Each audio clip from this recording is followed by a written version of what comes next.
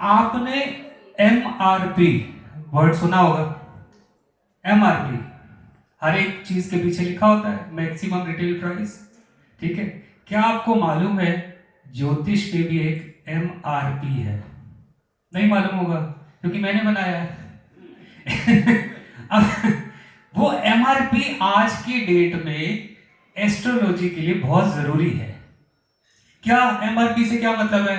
M से मतलब medical, R मतलब रिलेशनशिप, P मतलब प्रोफेशन।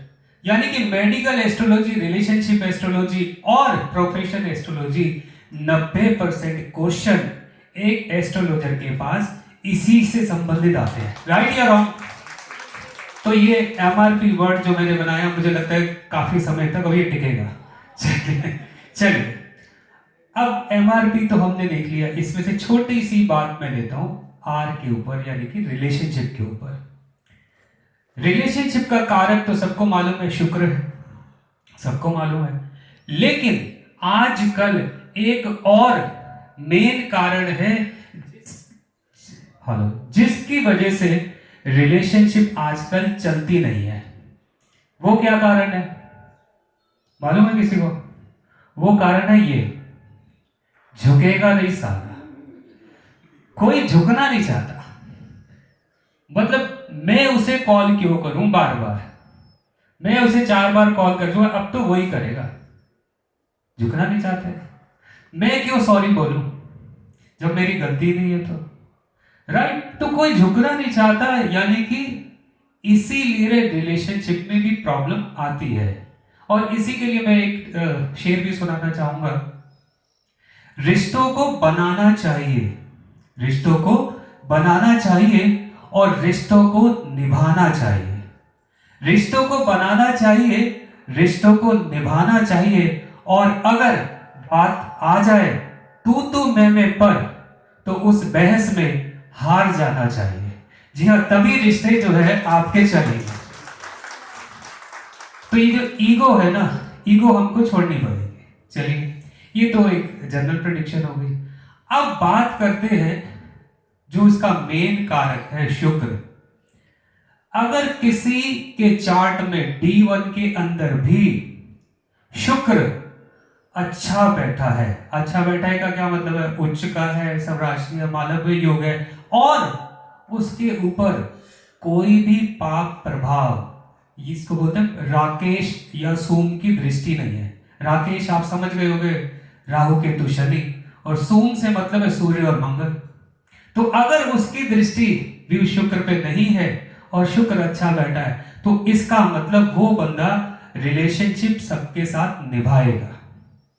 और स्पेशली क्योंकि शुक्र जो है वो वाइफ का भी कारक है, इसीलिए आप देखोगे कि उसके रिलेशन अपनी वाइफ के साथ भी अच्छे होते हैं, जिसका वीनस अच्छा होता है। अब एग्जांपल लेते हैं।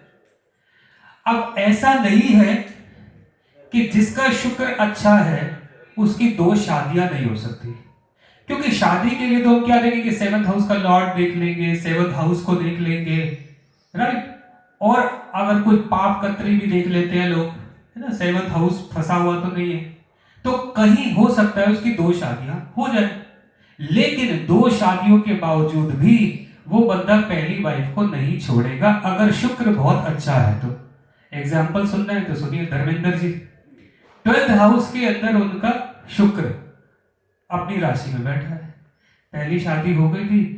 आपको मालूम है उन्होंने दूसरी शादी जब की तो अपना धर्म चेंज करके शादी की थी, अगर किसी को मालूम है तो। और उसके बावजूद उन्होंने अपनी पहली वाइफ के साथ भी रिलेशन अच्छे रखे, दूसरी वाइफ के साथ भी अच्छे रखे, और आज भी उनके रिलेशन सबके साथ बहुत अच्छे हैं, बिकॉज ऑफ वीनस। लेकिन वीनस पाप पीड़ित ना हो, उस पर प्रभाव ना हो, ऐसा बहुत कम केसेस में होता है, क्योंकि शनि की 3 दृष्टि आ गई, मंगल आ गया, राहु आ गया, ठीक है, बचा खुचा है तो शुक्र के साथ सूर्य के साथ शुक्र बैठ गया, तो 12 ही तो भाव है, 9 दृष्टियां हो गई, फिर युति बन गई, तो गड़बड़ हो जाती है। चलिए, ये एक बात होगी। दूसरी बात, अब एक और बात बताते हैं कि अगर किसी लड़की के लिए आप कोई लड़का देख रहे हैं, तो मेरा ये मानना है, चलिए हम गुण मिलान करें, चंद्रमा राशि देख ले दोनों की, है ना, और मांगलिक दोष भी देख ले, हमने बहुत सारी चीजें देख ली। मैं ये बोलता हूं कि कहीं ना कहीं लड़के की कुंडली में शुक्र को भी जरूर देख लो। अगर शुक्र अच्छा है, रिलेशन अच्छा बनाएगा। सपोज शुक्र युति बना के बैठा है, युति कैसे बनेगी? शुक्र का सपोज करो चंद्रमा के साथ युति है, तो इसका मतलब क्या हुआ? इसका मतलब उसके मन के अंदर, चंद्रमा को समझाते मन है, मन के अंदर रिलेशन चलेंगे, के अंदर उसकी वाइफ चलेगी, वो अपनी वाइफ का बहुत ध्यान रखेगा, बशर्ते वो पीड़ित ना हो, तो होगा तो थोड़ा कम रखेगा। तो एक लड़के की कुंडली में अगर शुक्र और चंद्रमा एक साथ बैठे, बंदा रोमांटिक भी होगा, क्रिएटिव भी होगा, है, मीठी मीठी बातें भी कर सकता है और बड़ा केयरिंग होगा अपनी वाइफ के लिए। दूसरा, शुक्र और मंगल बैठ गया तो इसका मतलब वो बहुत अट्रैक्टिव होगा। सलमान खान, संजय दत्त, ऐसे बहुत सारे लोग हैं। इसमें सिर्फ एक जो लोचा है वो ये है कि इनके रिलेशन ज्यादा टिकते नहीं है। वो सभी जी ठीक कह रहा हूं, गलत कह रहा हूं? शुक्र और मंगल जब भी होता है कि वो मंगल है फायर, शुक्र है रिलेशन, अभी मैं रिलेशन ही ले रहा हूं, बाकी सब छोड़ देता हूं, तो कहीं ना कहीं रिलेशन ब्रेकअप करा देता है, लेकिन रिलेशन बनते बहुत है, क्योंकि इसको हम बोलते हैं, जितना मैंने सीखा, अट्रैक्शन योगा, आकर्षित योग भी है ये। अब शुक्र और बुध अगर एक साथ बैठ गए तो ऐसा आदमी बातों बातों में ही प्यार कर लेता है, इसकी बातों के अंदर ही आप उलझ जाते हैं। मतलब अगर वो किसी लड़की से बात करेगा तो इसका मतलब वो इंप्रेस हुए बिना नहीं रह सकती, क्योंकि मोस्टली देखा हुआ ना, एक्टिंग बाज लोग यही होते हैं, बुध और शुक्र वाले, बातों में जादू होता है इनके।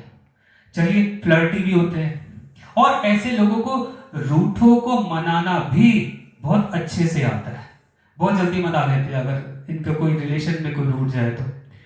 अब शुक्र और गुरु, दोनों गुरु एक साथ बैठ गए हैं तो इसका मतलब ठीक है, ये अच्छे लोग हैं, लेकिन इनको ना नियम, कायदे, कानून बहुत पसंद है, क्योंकि गुरु को सब कुछ तरीके से चाहिए ना, तो इनको गलत बात बर्दाश्त नहीं होगी, इनको सब कुछ साफ सुथरा चाहिए, और जैसे कहते सांस्कृतिक जो मेरे रीति रिवाज है उसको फॉलो करना चाहेंगे। तो वाइफ को क्या चाहेंगे कि जो मेरे पारंपरिक, जो मेरे रीति रिवाज चल रहे हैं, इसको आपको मानना पड़ेगा, बट ये युति अच्छी है। शुक्र और राहु, ये दिल मांगे मोर, क्यों? राहु है भैया, तो उसको तो ये भी चाहिए, ये भी चाहिए, ये भी चाहिए, ये भी चाहिए, दिल भरता ही नहीं है उसका, तो पंजाबियों की बैटरी चार्ज रहती है। शुक्र और राहु कुछ ऐसा ही है। तो ये कॉम्बिनेशन इसीलिए थोड़ा डेंजरस हो जाता है कि उसको क्या, एक नहीं बहुत सारी गर्लफ्रेंड्स हो जाती है, ऐसा होता है।